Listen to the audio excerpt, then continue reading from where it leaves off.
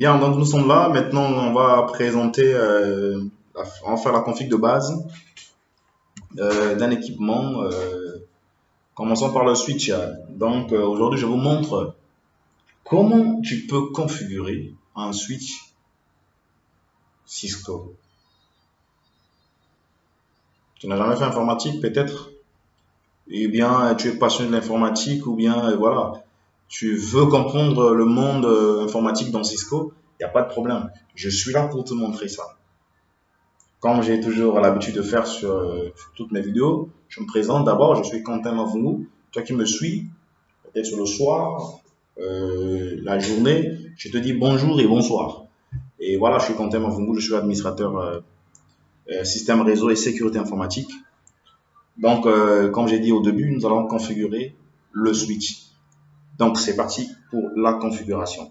Premièrement, comme je vous ai dit, en bas, c'est les équipements. Donc, je viens cliquer sur le deuxième onglet.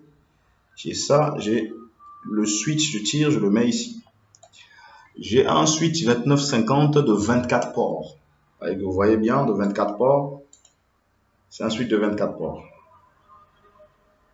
Voilà, c'est un switch de 24 ports. C'est un switch de 24 ports. Ok. Bien. Lorsqu'on fait la config Cisco, on a besoin d'un laptop. D'accord? Un ordinateur portable. Ça veut dire que c'est l'ordinateur de toi, l'informaticien.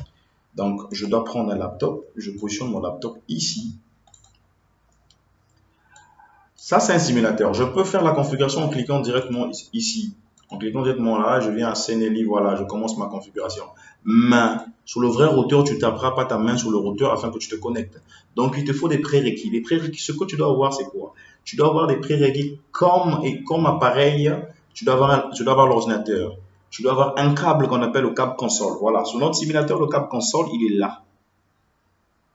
OK? Donc, j'ai besoin d'un câble console.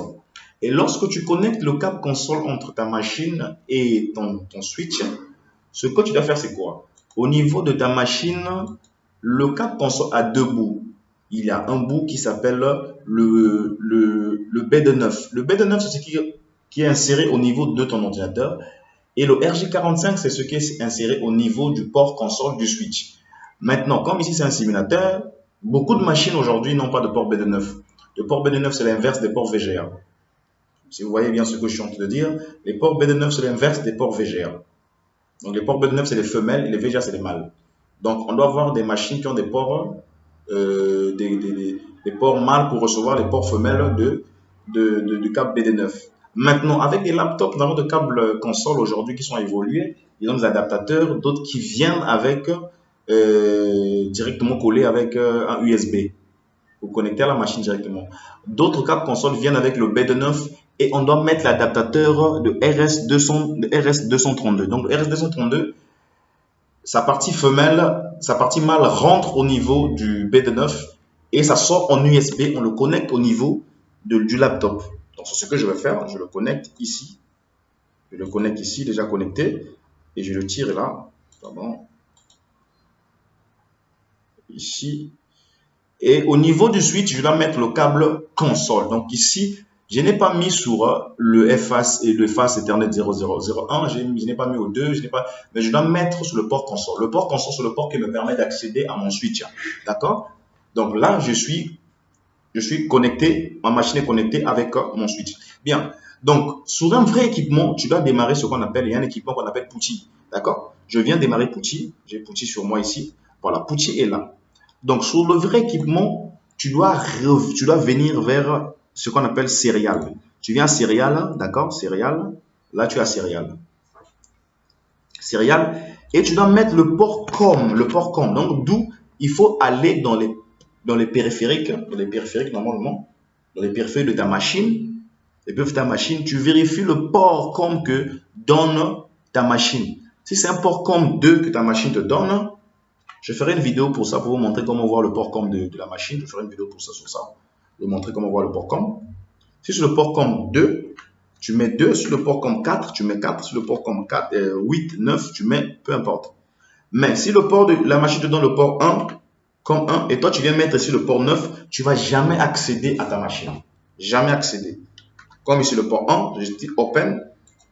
Voilà, il retrouve parce que ma machine n'est pas connectée avec un vrai switch.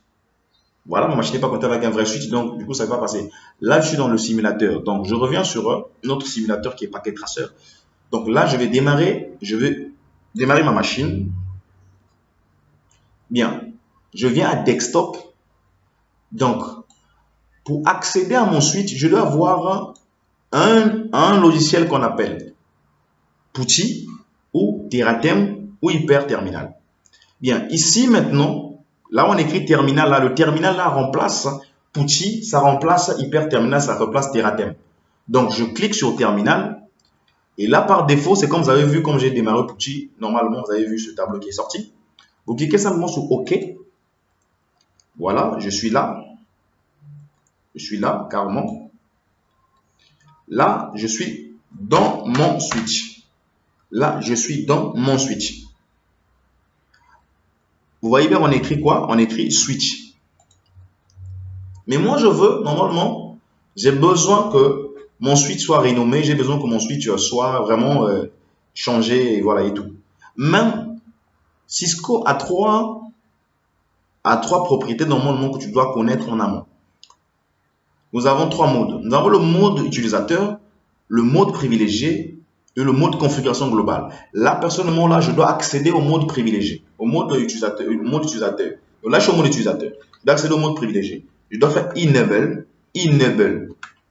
Là, je vais quitter le mode utilisateur pour le mode privilégié. Je tape entrée.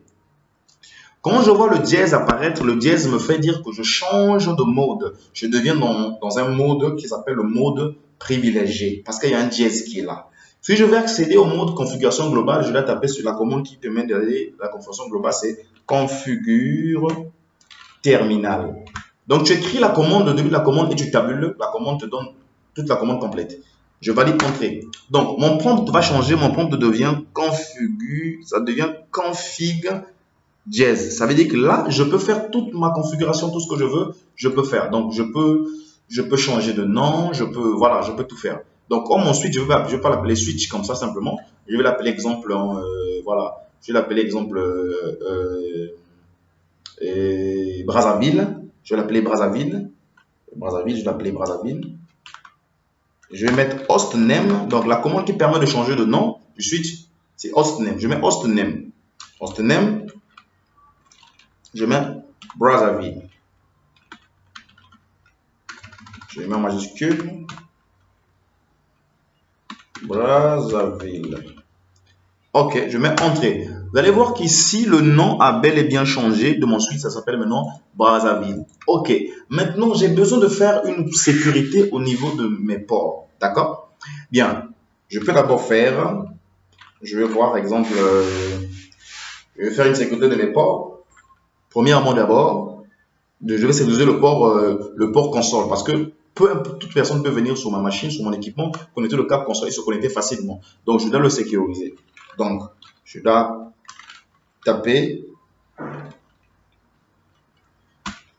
line console 0. Donc, le 0 veut dire que c'est le premier port qui est le port console. Je mets entrée. Je mets password, je tabule, je mets Cisco. Je ne remplis pas le mot de passe, je mets Cisco. Je mets entrée. Je mets login. Login veut dire simplement authentifie-toi. Donc, il demande l'authentification. Je valide entrée. Est-ce que vous suivez?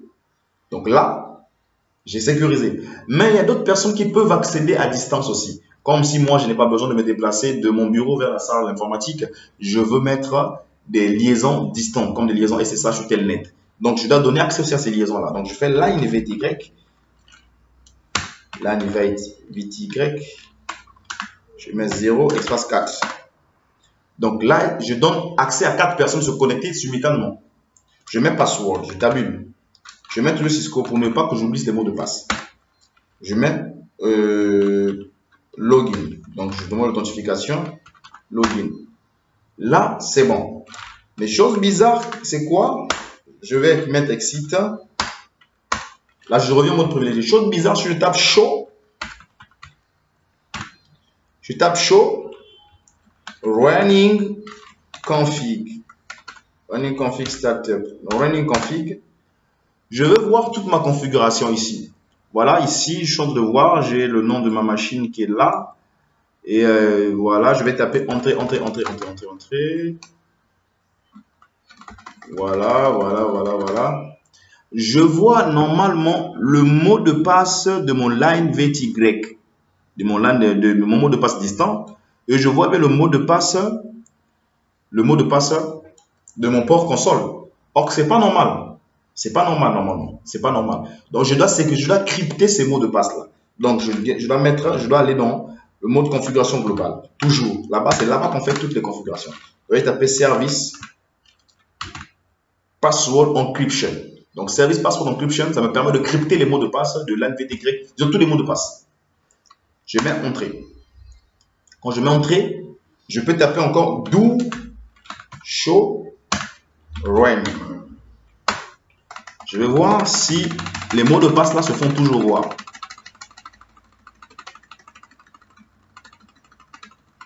Voilà. Là, vous voyez correctement que le mot de passe est crypté. Le mot de passe est crypté ici. C'est crypté. Ça se fait plus voir. Donc là, je viens faire ce mot de passe là, ça va pas marcher parce que le mot de passe est crypté. Voilà. Donc, c'était ça. Bien. J'ai sécurisé le mode privilégié et le mode plutôt console, qui est le mode utilisateur. Mais je dois sécuriser le mode privilégié. Je dois sécuriser le mode privilégié parce que normalement, une personne pour réinitialiser un équipement, il peut exiter plutôt resetter à travers le mode privilégié. Donc, je vais taper exemple password.